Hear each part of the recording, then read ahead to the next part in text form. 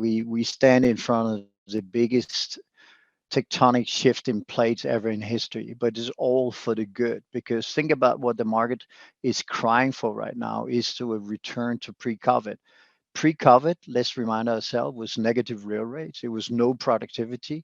It was companies growing without no business model, and it was a real economy suffering and inequality being created. If people wants to go back to that, fine by me. I'm not going to be the judge, but I will very quietly leave through the back door.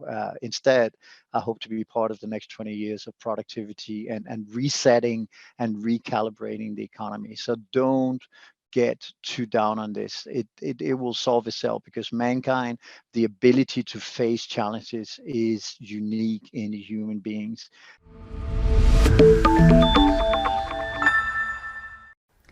Welcome to Wealthion. I'm Wealthion founder Adam Taggart. Thanks for joining us for part 2 of our interview with money manager Steen Jakobsen.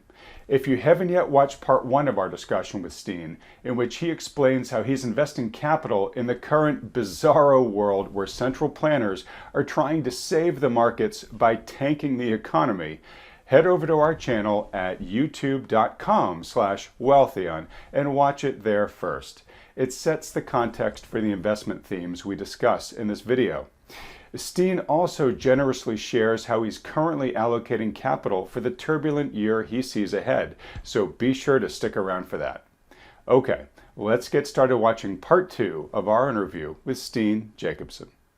You obviously, Steen, are responsible for helping Saxo navigate, billions of dollars through what's going to happen next year.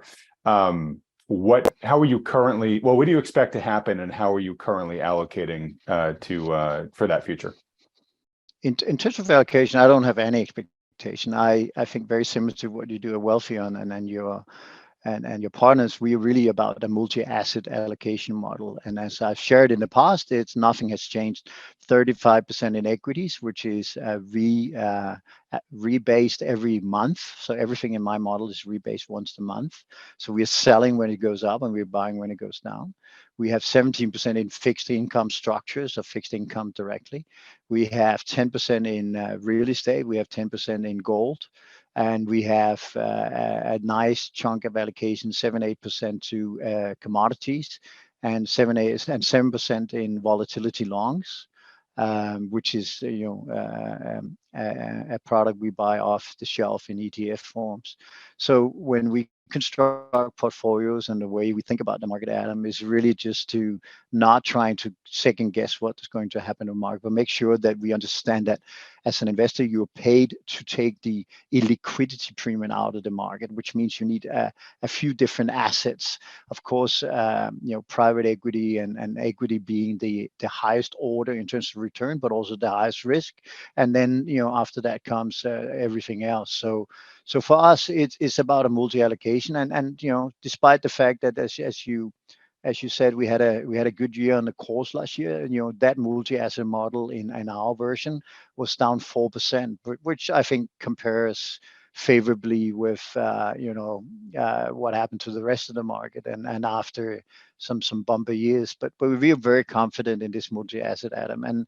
And to be honest, I've done this long enough to know that I should have started here, but I ended here in terms of multi-asset. I tried to be outthinking, outsmarting the market. I gave up on that because there are no gurus, there are no easy way, and there are no easy markets.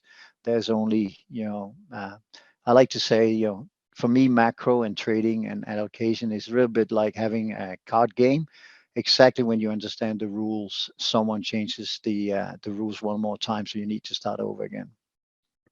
All right. Well, first, let me congratulate you. I'm sure nobody loves a down year, but being down 4% in a year when the major indices were down 20+%, and bonds had one of the worst years ever, that's pretty darn good performance. So congratulations. I'm curious. So the allocations that you just mentioned here, how much have they changed at all, just in terms of allocations? Over the past recent years, do you change the allocations very much, or is this model so kind of battle honed that these allocations are relatively steady? With with a little bit of hybris, we call it the 100-year model. So theoretically, it shouldn't change. But actually, 22 being such a big geopolitical year, we had two major changes. One was that we excluded last year, as you may remember, we had a little bit of crypto. We have excluded that, not because we I was think going to ask it's about that actually. the Yeah. end. It's not at the end of the road for us, but it's just too volatile. And to be honest, if I have 10 clients, 8, 9 of them are uncomfortable with it, although it was only 3% and it was really not materially impacting. But I found out that I spent a significant amount of time trying to explain why we had crypto. So that's been excluded. And then we think that and this is not a political statement, but we think to a large extent that the very small exposure 2% we had to China, we were not comfortable with that, so we substituted that for MSCI Asia excluding China. And in terms of the equity allocation of 35%, I think one of the things we're considering right now is to use the Inflation Act in the US to up our allocation to clean tech, simply because clean tech seems, from the analysis I've seen, to be the space which will benefit most from the Inflation Protection Act, the IRA.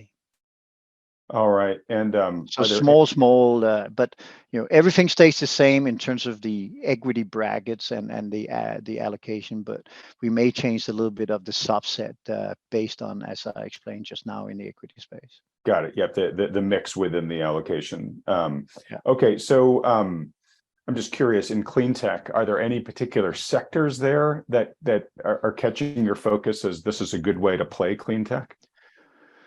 If you look at the whole subsidy structure of the IRA, it's very much tax credits and benefits. So, one part would be batteries would benefit, solar, of course, would benefit.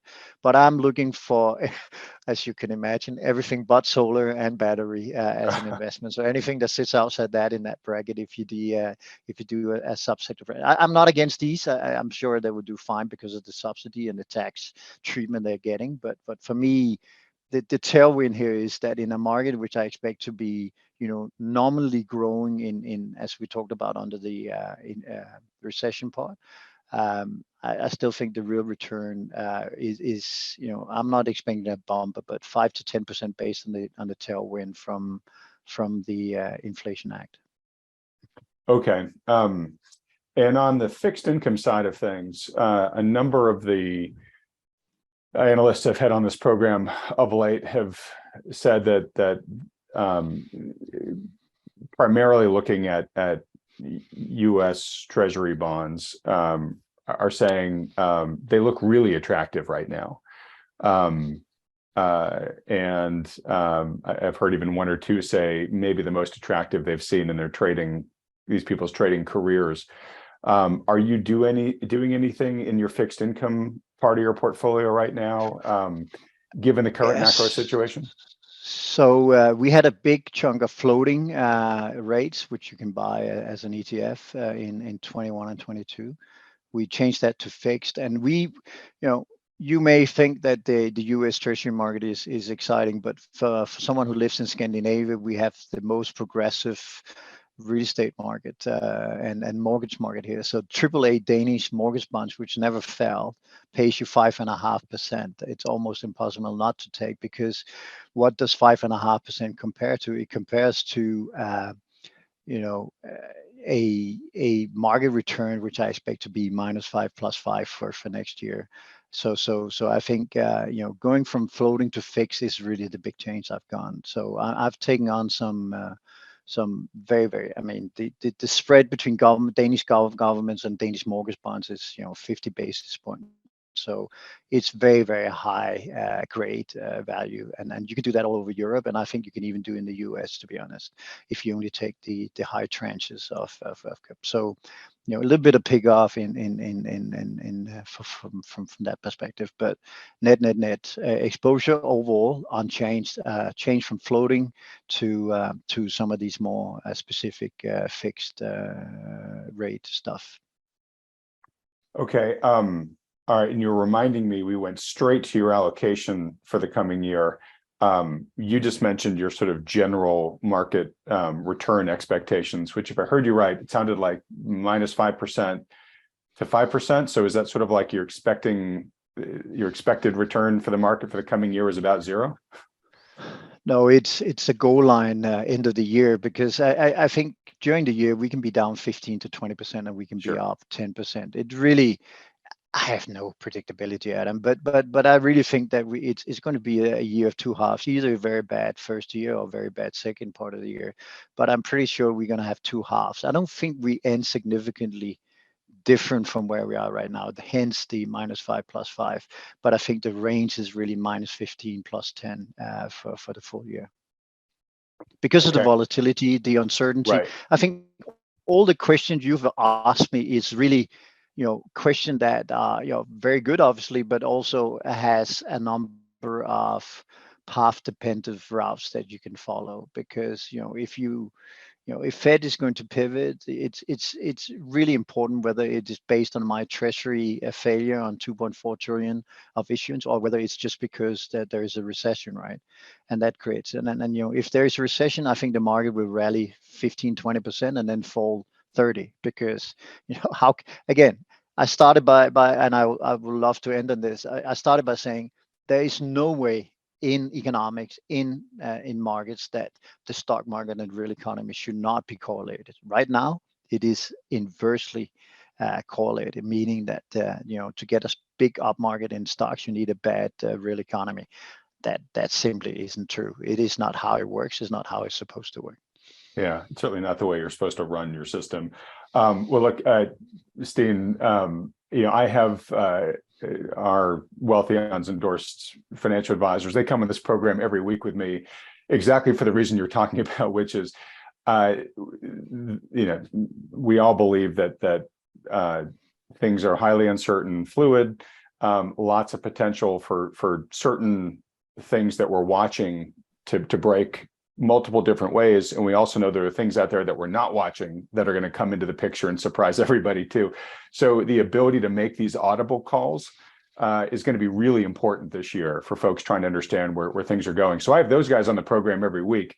I just want to give you an open invitation, Steen, that if there's something material that happens that changes your outlook, you're more than welcome to come back on this program anytime to say, hey, I know what I told you last time, but I'm now thinking X because this just happened. So we'll definitely give you the opportunity to do that. Well, Steen, look, can't thank you enough. You're one of the really most fascinating guys I get to talk to. Thank you so much for sharing so much of how you look at the world, but also being so generous and just opening the kimono in terms of how you are allocating all of your capital that you're managing here.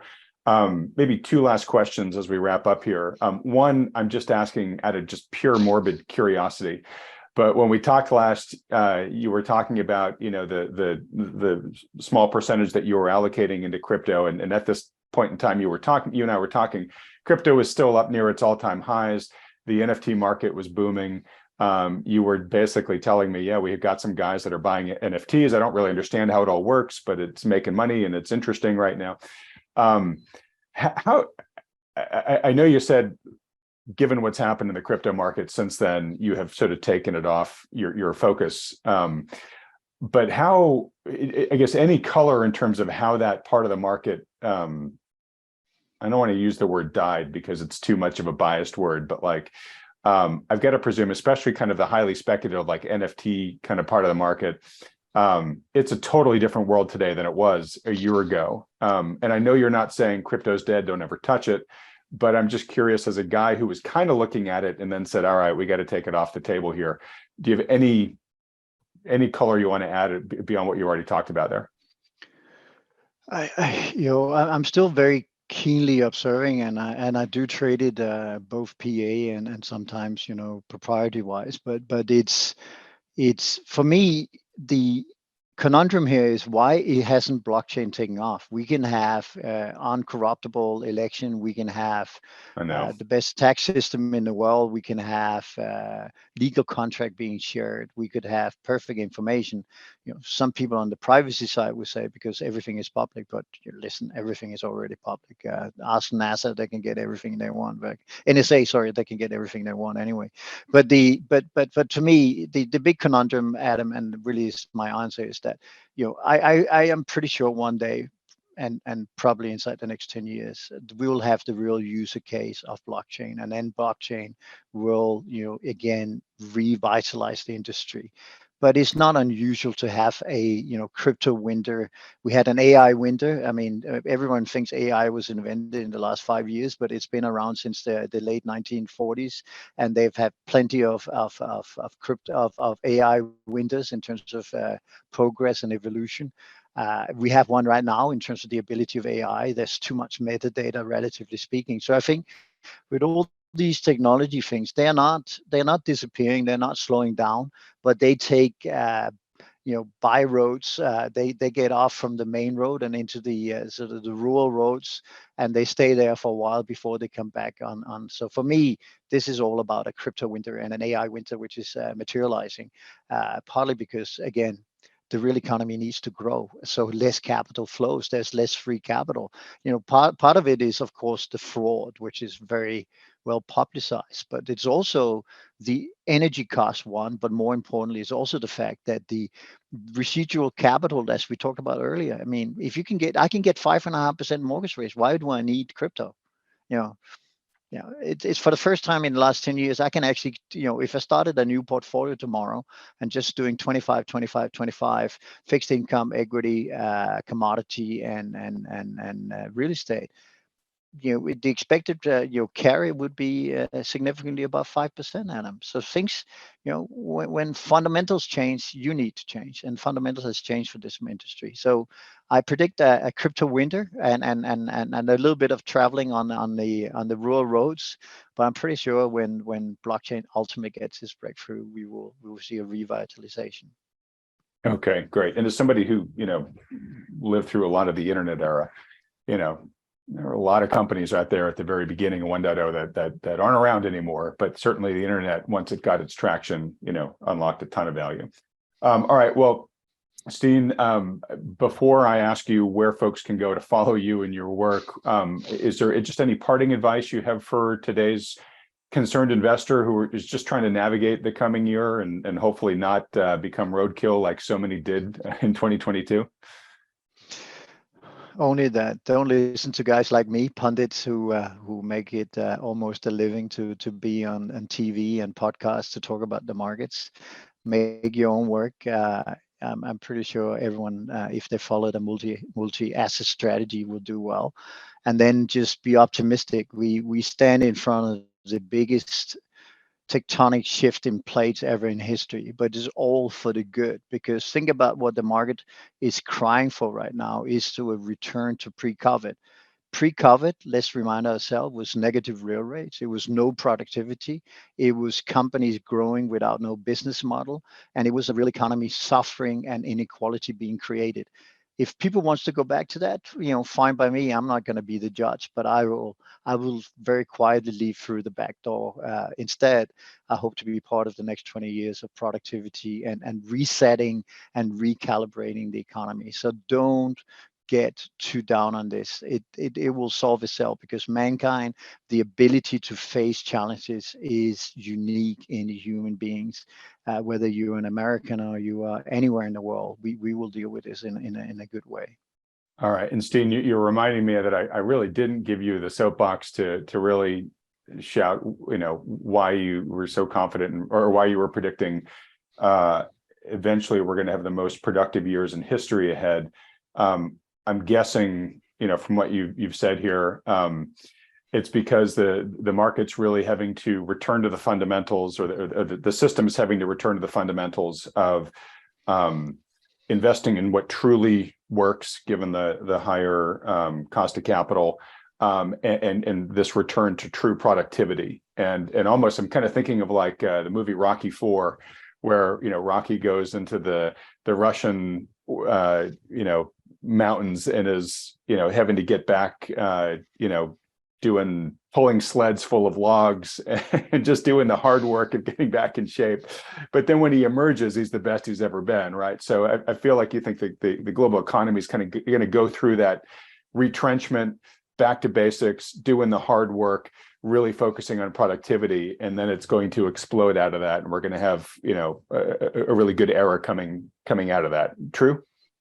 Yeah, but even more simple, constraints create opportunity. There is a number of sociology studies done that shows that when people are faced with constraints, their ability to circumvent and get through those constraints increase significantly. On the opposite side, if you have multiple choice, freedom of range and freedom of choices, you do nothing with it. So I really think the way you want to think about this, if you want lower prices, you need higher prices. If you need higher productivity, you need to rebase. So for me, it's all about the constraints. I think the constraints is the best thing that ever happened. Imagine if we didn't have inflation in 21 and 22, then we will still be printing money like hell.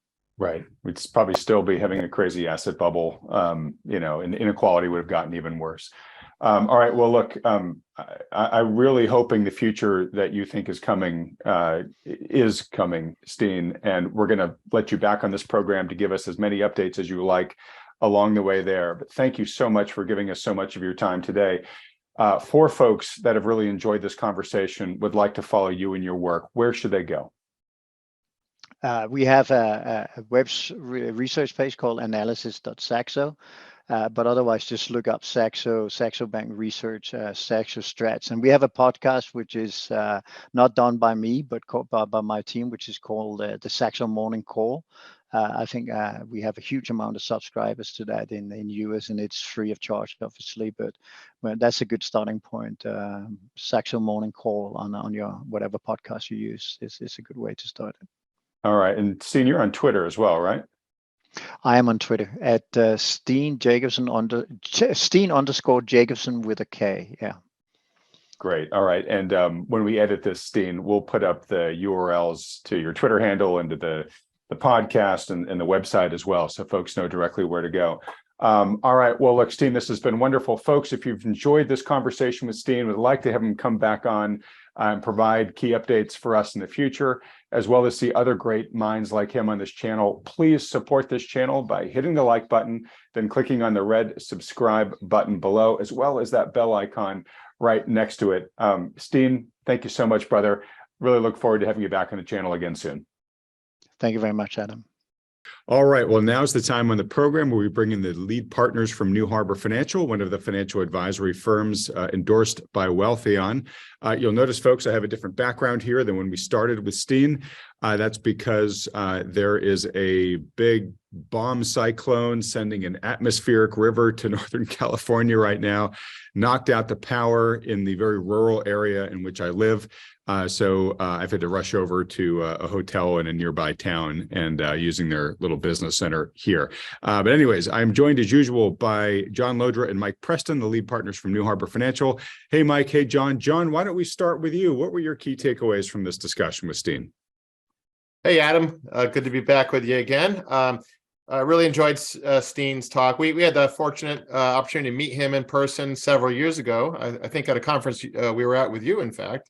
This, I'm drawing a blank. I don't know if it was 2012, 2010, 2011, but it was a while ago. Yeah, but it was out here in my area in Sonoma. Yeah, exactly. And we marveled at his travel schedule. I remember that very, very distinctly. He was traveling all over the world.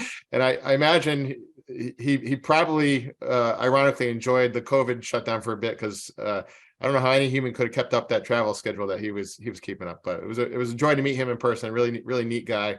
We get to talk a lot about non-work stuff, and he might not even remember that.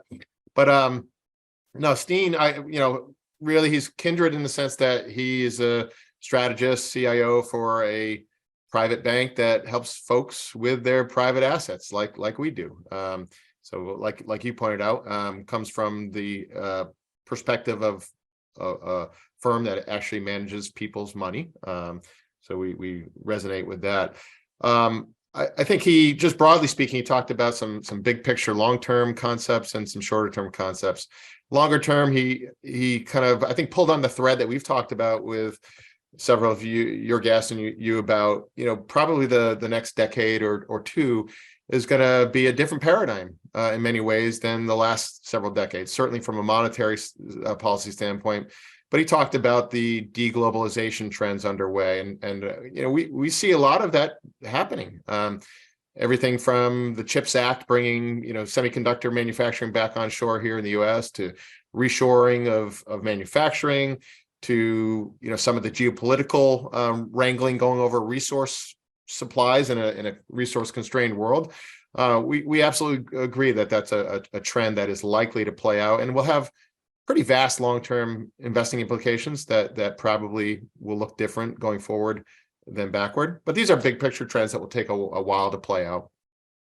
Interestingly, I think, and you certainly called this out, I think he has a bit of a different call on the recession likelihoods over the coming months and maybe even the year. In a word, I think he is much less in the camp of certain recession and points to the labor market as one key point there, and as the strength there anyways. And yeah, we're seeing headlines about layoffs and things like that. I know Amazon just came out with news that they're going to lay off 18,000 people, but understand this is a company, I think, that employs 1 million people worldwide. So 18,000, so the headlines maybe not as much as it deserves.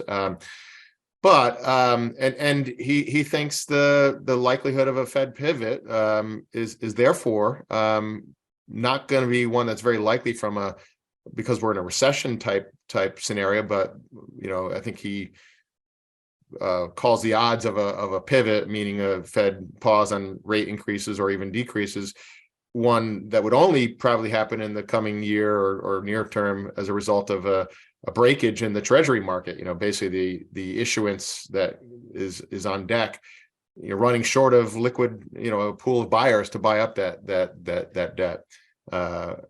So pretty interesting contrary viewpoint, I think, to a lot of your guests, and we as money managers have to think about those scenarios. So we're not all in on bonds, for example, on the assumption that a recession is in the cards. We're not unhedged on gold mining stocks because we think the Fed is going to lower rates. So we're kind of playing all those scenarios in the way we're managing money right now. I guess I'll stop there, but that was my big picture takeaway of his viewpoints, and I'm sure we'll delve into that quite a bit more.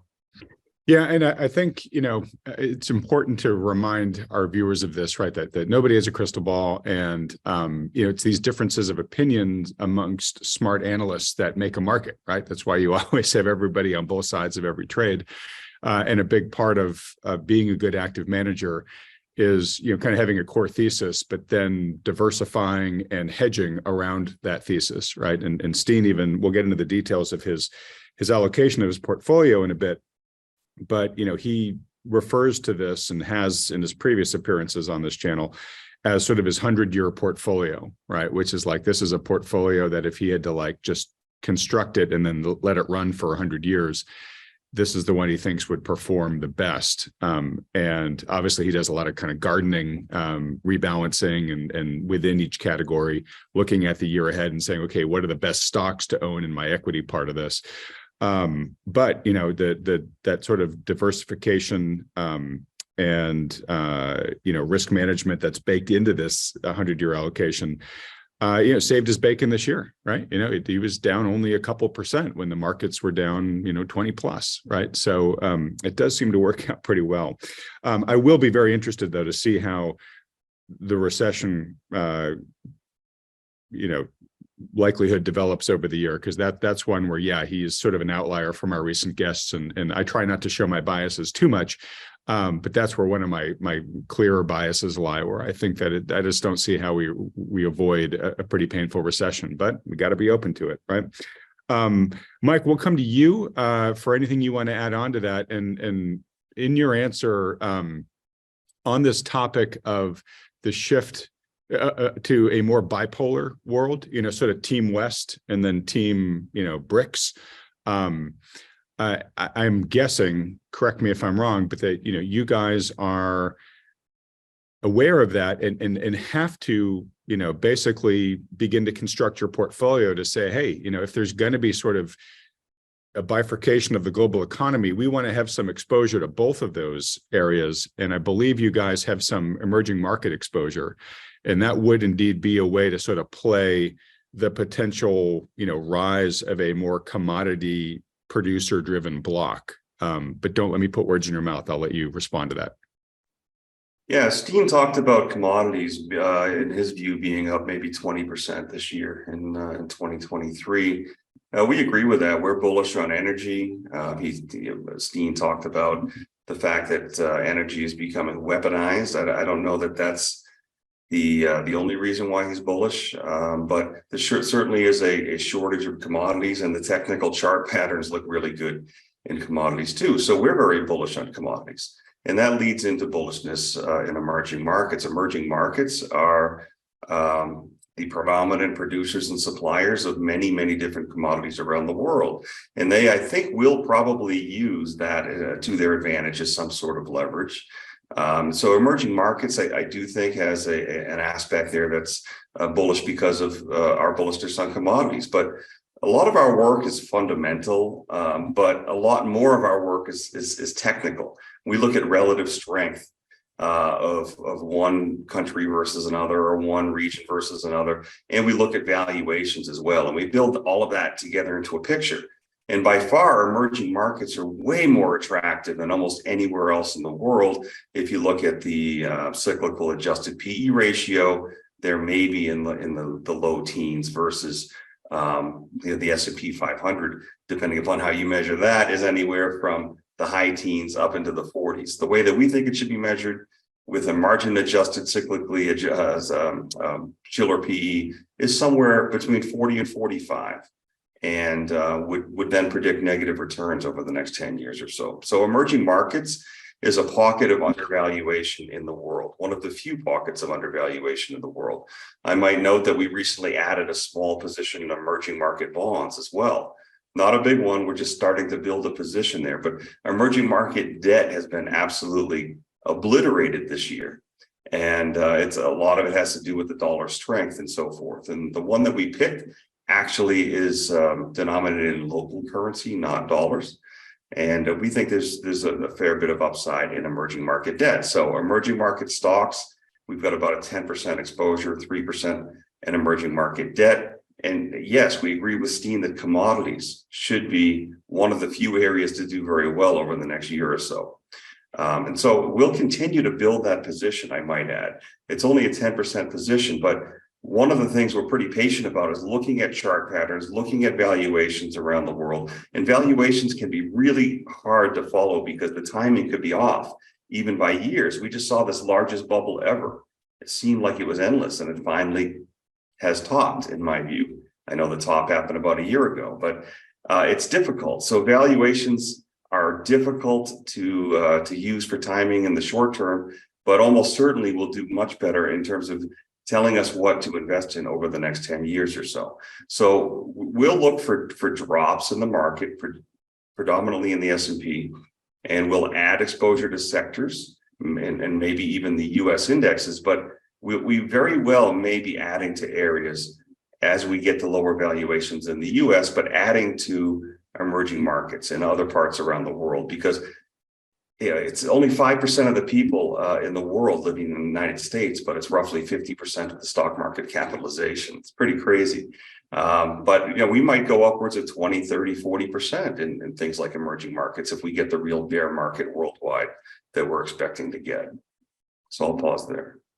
All right. And hey, when you talk about the emerging market debt product that you guys just bought being priced in local currency, is that the security is priced in local currency and you're buying it like on a local exchange, or is it that the debt that's being held within the fund is debt that's in the local currency of the country, or the countries where the borrowing's occurring, versus a lot of foreign, especially emerging market countries, they have a lot of dollar denominated debt. And of course, that gets super exposed to whatever the dollar is doing.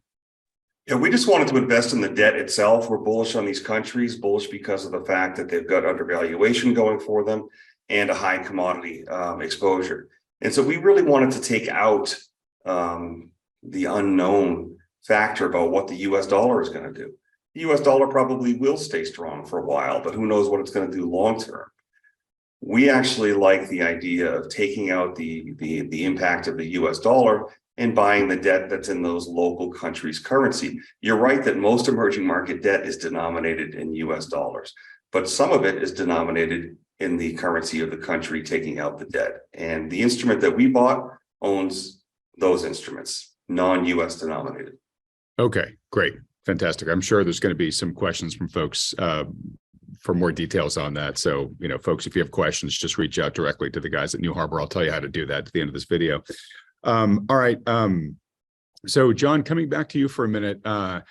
So Steen's outlook is basically, look, we've been following, some bad policies. He talked about the current sort of strategy of we have to tank the economy to force a Fed pivot, then to rescue the markets. I think the term Steen used for that was the most stupid policy we could be pursuing right now.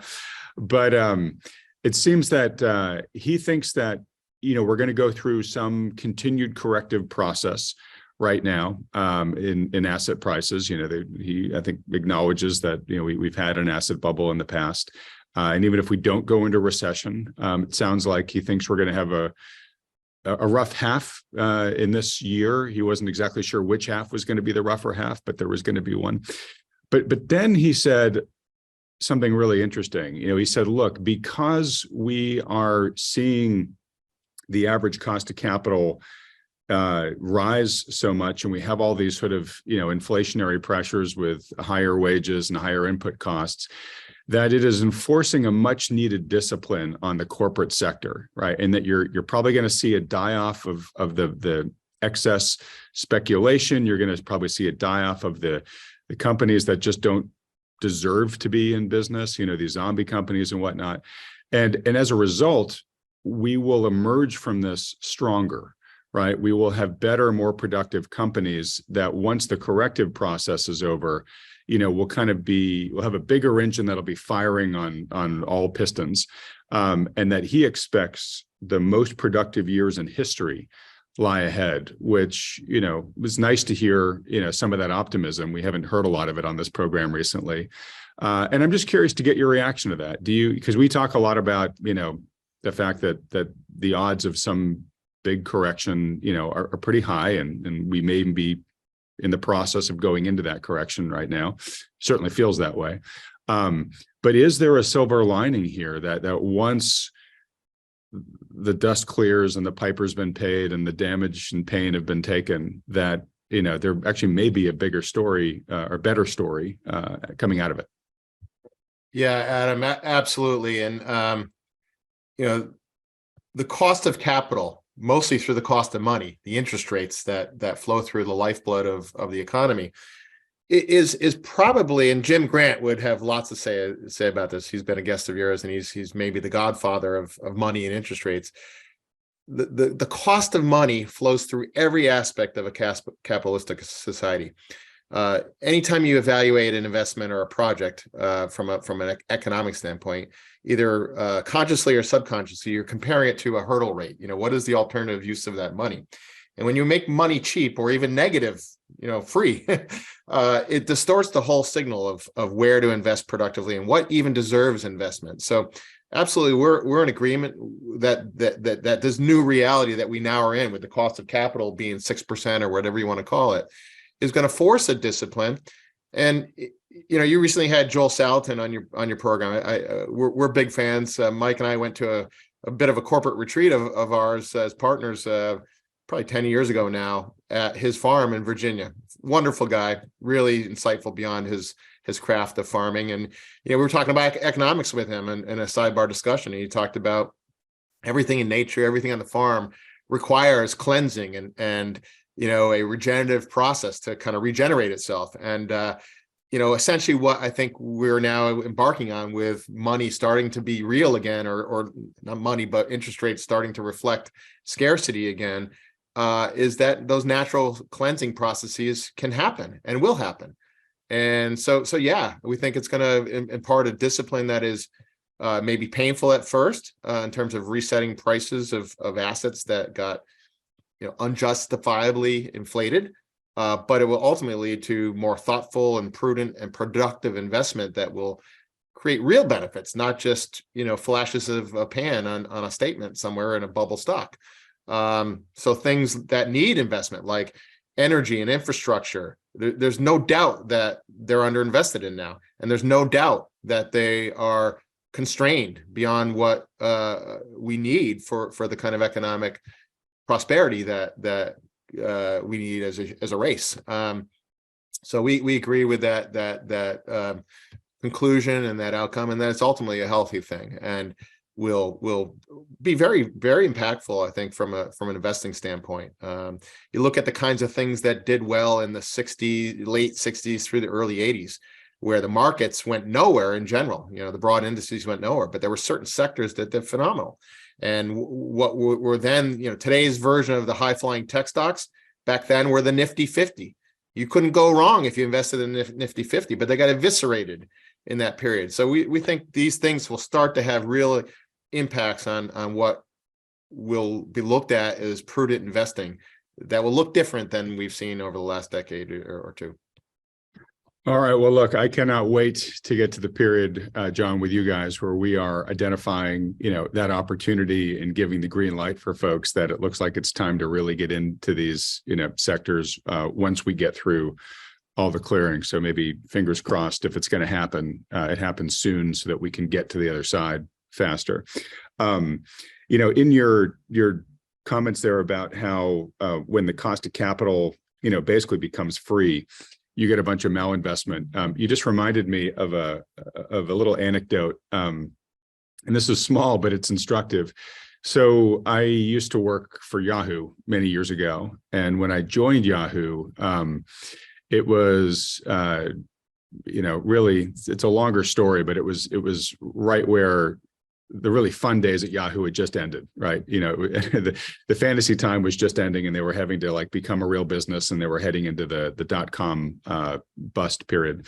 But one of the things I noticed when I joined the company is they had, a bunch of soda machines around the company, and they all sold, Coke and whatever else, for a quarter. And I made the comment of God, why charge a quarter? It's practically nothing. Why not just make it free, right? It's not like they're making a lot of money off of this thing. And they said, oh, really interesting story. Dave and Jerry, who were the two founders of Yahoo, they said they used to offer it for free. And they found that if they made the soda completely available for free, then people would just grab soda all the time and just take a sip or two and then leave the cup somewhere, right? And the company was just cluttered with all these cups of soda. People just treated it, they took it all for granted. But they're like, if we charge them for it, even a nominal sum, they took it much more seriously, right? And so they didn't waste it. They drank less. They would recycle their stuff or throw it away. And it's just, a little instructive that when the cost of capital goes up, even just a little bit, it can actually change a big shift in behavior and make the market more responsible. So tiny little story, but it's always stuck with me. All right. Well, Mike, let's come to you as we begin to wrap up here. We are just a couple of days here now into the new year. Markets have gone up a little bit. I think they're down a little bit today. We're recording this on Wednesday. But we've definitely seen a pop so far this year in the gold mining stocks, which, I think we'll probably all cheer here. I'm feeling a sting a little bit because I sold a bunch last day of 2023 just to do some tax loss harvesting, and I didn't have enough time to reallocate yet. And of course, they jump 10% or so in the 2 days since I had sold them. I think they're cooling off a little bit today, but I'm guessing this has caught your attention, Mike. So I'm curious any thoughts you have on it. Yeah, sure. I'd be happy to talk to that in terms of gold and gold miners in particular. And then maybe I'd like to wrap up with a couple comments about the broad market and the risks that we still see in it. Go for it. And then I'll hand it back to you. To do so, I'm just going to try to share my screen here briefly, which I think would be easier than any other way to describe it. I'm just doing that now. You should be looking at a chart of GDX, which is one example of an investment that owns gold mining stocks. It's the most common one. Can you see that now, Adam? Yep, we can all see it clearly. All right, perfect. This is the daily chart of GDX. And GDX had a breakout about a year or so ago, and then a very disappointing pullback. And I can show you the gold chart that shows that the same pullback in the price of gold. But really here over the last 8 months or so is a big base pattern. So here's a big cup and handle. We call this a cup and handle pattern, and it's definitely not guaranteed, but it is generally a good sign of strength. If you shake out all the weak hands here, and there's been many, many months to do this, so this is not a short basing pattern. And then you have a breakout here above the cup, and then a sideways consolidation followed by a breakout. So here yesterday was a breakout of the cup and handle. So this is a very strong bullish sign. Again, there's no guarantees in this business, but to us, it looks like that GDX and gold mining stocks has cleared a cup and handle. And we have adjusted our hedges actually as of yesterday. We have a collar on part of our position, actually half of the position, where we sold calls on half up here at 35 and then bought puts on half down at 27. So if we were to roll over quickly here, we at least know that we have coverage on half. We have coverage only on half because we're becoming more constructive on the outlook for GDX here. So, and if we went to the weekly chart, you can see the same consolidation here, which is a little bit tighter on this chart, and then a breakout right here at the handle. So we really like GDX. If I were to take let's take a quick look at gold as well, because I think it's somewhat instructive. Gold has gone through this very, very long basing pattern, frankly, going back to the 2011 high, and then formed this giant bullish triangle over about 8 or 9 years, and then broke out finally back here. And I guess this was 2020 or so, formed another bullish triangle, and then broke out early last year. All looked great, but then it was a failure. 1, 2, 3, 4, 5, 6, 7 straight months down in gold. That hasn't happened since the 1980s. So it looked like this bullish triangle and breakout had completely failed. But interestingly, we're back at the apex, the breakout point of that triangle, almost like this whole thing might have been a fake out. So just going back to the daily chart here, we're now breaking out above these previous levels in gold. One more look at the weekly chart might be more instructive. And we're back at the apex of that bullish triangle. So it's early still, but to us, it looks very bullish. It would project up to maybe 2,500 going back to the monthly chart. If we were to actually successfully break back through these levels, it would project to about 2,500 maybe later this year, and that would align roughly with maybe GDX at 55 or 60. So we'll wait and see, but we're very strong. We're strongly bullish on that group. One last thing I'd like to say, and then I'll hand it back to you.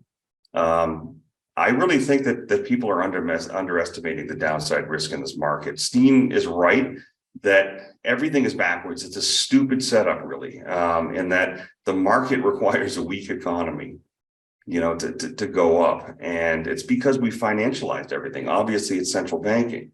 And the central banks have incentivized bad behavior. I think Steen said something about when he was giving a lecture, that student said, I don't want to learn how to do different things in the banking industry. I just want to learn how to create an app and make $100 million, and it's become too easy. It's become unreal, almost fake. And a lot of it has been fake, to be honest.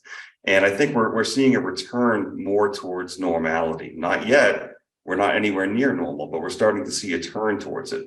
Just looking at some quick numbers here, the S&P is off 20% from its all-time high, which is not much, but some of these FANG stocks I wrote down, Tesla down 75%, Apple off a third, Meta off 2/3, Google down by 50%, Amazon down by 50%. Things like ARK down, I think, close to 85 or 90%. These are big numbers. These are the previous leaders of the bubble market. So it's a huge warning sign. And we still remain at very excessive valuations on the S&P. And the last thing I'll do is share one more chart with you, if I could, Adam. This chart put out by John Hussman at the end of last year. You should be able to see it here in a second. It shows data going back 100 years. This blue line is essentially the decline that would have to happen to get back to expected 10% returns in the S&P 500. This blue line is directly correlated to John Hussman's estimate of valuation, margin adjusted price earnings ratio, which we think is a very, very good indicator. And then the red area here is the actual loss over a subsequent 3-year period. It stops 3 years ago because it's looking back 3 years. But look at the difference here. You know, there's no one saying that this is actually going to happen, that we're going to have a 60 or 70% decline, but that's what would have to happen to get back to 10% expected returns. And if we don't have a deeper pullback than we have right now, it would be the first time in 100 years that has not happened, at least based on John Hussman's data. So I know I've thrown a lot out there, but I wanted to get all of that in my recap.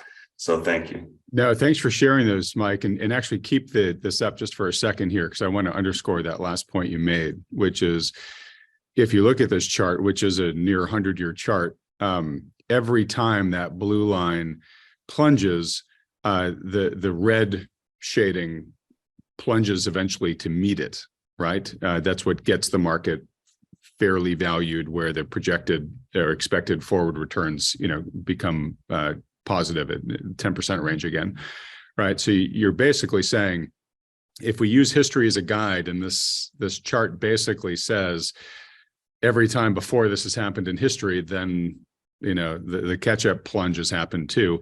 You'd have to have a pretty good reason for now to be very different than any other point in the past 100 years. And I personally am not sure I know what argument to make to try to buttress that argument. So, what I'm hearing from you, Mike, is just, hey, this really suggests that we need to at least be prepared for the potentiality of the market to plunge dramatically from here, to be able to conform to the rest of the historical cycle this chart is showing us. This is a really interesting, fascinating, and I'll say very frightening chart, but I appreciate you showing it. You're also reminding me too, we should probably get John back on this program soon. Absolutely. We really like John a lot, follow his work closely. I'll stop sharing now. Yeah. But this time would have to be different for us to not see a much deeper pullback in the market. This doesn't say anything about timing. This could happen tomorrow. It could happen over the next 3 years. It could happen slowly over the next 10 years. But things would have to be vastly different this time for us not to have deeply negative expectations over the near to intermediate time. And so that's what's been frustrating about this cycle, is that it has been different for longer than ever before. And will it continue to be different permanently? We don't think so. In fact, we think the market's already topped a year ago. Like I said earlier, the generals have already topped and dropped by anywhere from 1/3 to 90%. And so, we think that the time is right to be very, very cautious. And that's how we're behaving now. Hey, Adam and Mike, I want to inject one other point in that awesome chart. We are huge fans of John Hussman. And if you look at that chart again, you don't necessarily need to bring it up, Mike, but there were some gaps in there where there was a white space between the blue line and the red drops. And they look fairly innocuous on that chart because it's a 100-year chart. But those are actually years, if not decades long periods. And Adam, to your comment, you said something to the effect of, I wouldn't know how to explain justifying this time being different. Well, those white spaces are the collective belief of markets that this time is different. Those white spaces are the bubbles that happened in the tech bubble, in the housing bubble, and what we think now is the early stages of the resolution. Again, they look innocuous on that chart, but they are incredibly painful for any naysayers, ourselves included, any prudent folks that are not willing to jump in an emerging and expanding bubble. That's those white spaces on that chart. And that's the ultimate slapback to the "this time is different" mantra that always occurs in bubbles. Right. Another way to say it is that those white spaces represent the collective denial that this time was going to be like the others, and we're in a new paradigm. But then inevitably, you had the snapback, that red line grew to fill and meet the blue line and prove, nope, it's not different this time. Absolutely. All right. Well, look, we're going to have to bring it to a close here, guys. Great discussion today. I've made a note here to reach back out to John. So John Loder here, maybe I'll let you have the last word. I've been asking you guys at the end of the past couple of videos we've done, hey, what should people be doing now that it's end of year? And we talked about tax loss harvesting and taking required distributions from retirement accounts and stuff like that. Okay, well, now fast forward, we're at the beginning of the year. I'm sure, if our viewers are like most people, some of their New Year's resolutions involve around getting my finances a little bit better in order, maybe, reallocating my portfolio, or maybe starting working with an advisor for the first time. You got any advice for people here at the very beginning of the year? Yeah, and actually, I guess it's a little contrary advice, because while there are definitely year-end motivated things one should do before they run out of time to, say, for example, book tax losses, we actually are kind of cynical about the whole turn of the year kind of phenomena as relates to one's financial picture. Because it oftentimes imparts a psychology that is anchored in just feelings and not reality. So, for example, there might be folks out there saying, wow, we're glad 2022 is behind us. That was a tough year in the market. There's nothing magical about the change of the calendar that changes the situation that has given rise or gave rise to what 2022 was. We still have a market that's overvalued by a lot of metrics. We still have a Federal Reserve that is at least talking very tough about raising interest rates. So in other words, nothing about the change of the calendar either invites an all clear, or, the same thing we would say today is the same thing we would say back in October, for example. Take a fresh look at your situation, your portfolio. Don't imagine that the change of a calendar year suddenly creates a different environment. We're all for the motivation and clear thinking that a new year can have in resolutions, but it's all about looking at market, and there's, the last bunch of weeks, I saw a bunch of charts saying, hey, in years where the market was down this big, either in stocks or bonds, only one time out of 20 was the next year down. That, I think, unfortunately puts a very false stat out there, because if you instead look at 12-month rolling periods, you get a totally different, outcome. So it's just an artifact of a calendar year metric that stat comes out. If you instead look at 12-month rolling periods, you get a totally different, conclusion about what the next 12 months might look like. So those are just some weird things that we cringe when we think about calendar year kind of mental gymnastics. All right. Look, I'll just add to what you said, that yes, there's nothing magical about the turn of the calendar from December 31st to January 1st. In terms of just new year, new thinking, I'm going back to that old adage of to fail to plan is to plan to fail. Meaning, if you do not feel like you've got a good financial plan in place, then the best time to get one in place was last year. It was a year ago, but the next best time is right now, right? And so I would imagine this is the right time to be sitting down and talking with a financial advisor to say, okay, look, I got to put a plan together. You're nodding as I'm saying all this, John. So obviously beginning of the year is better time to do it than later in the year.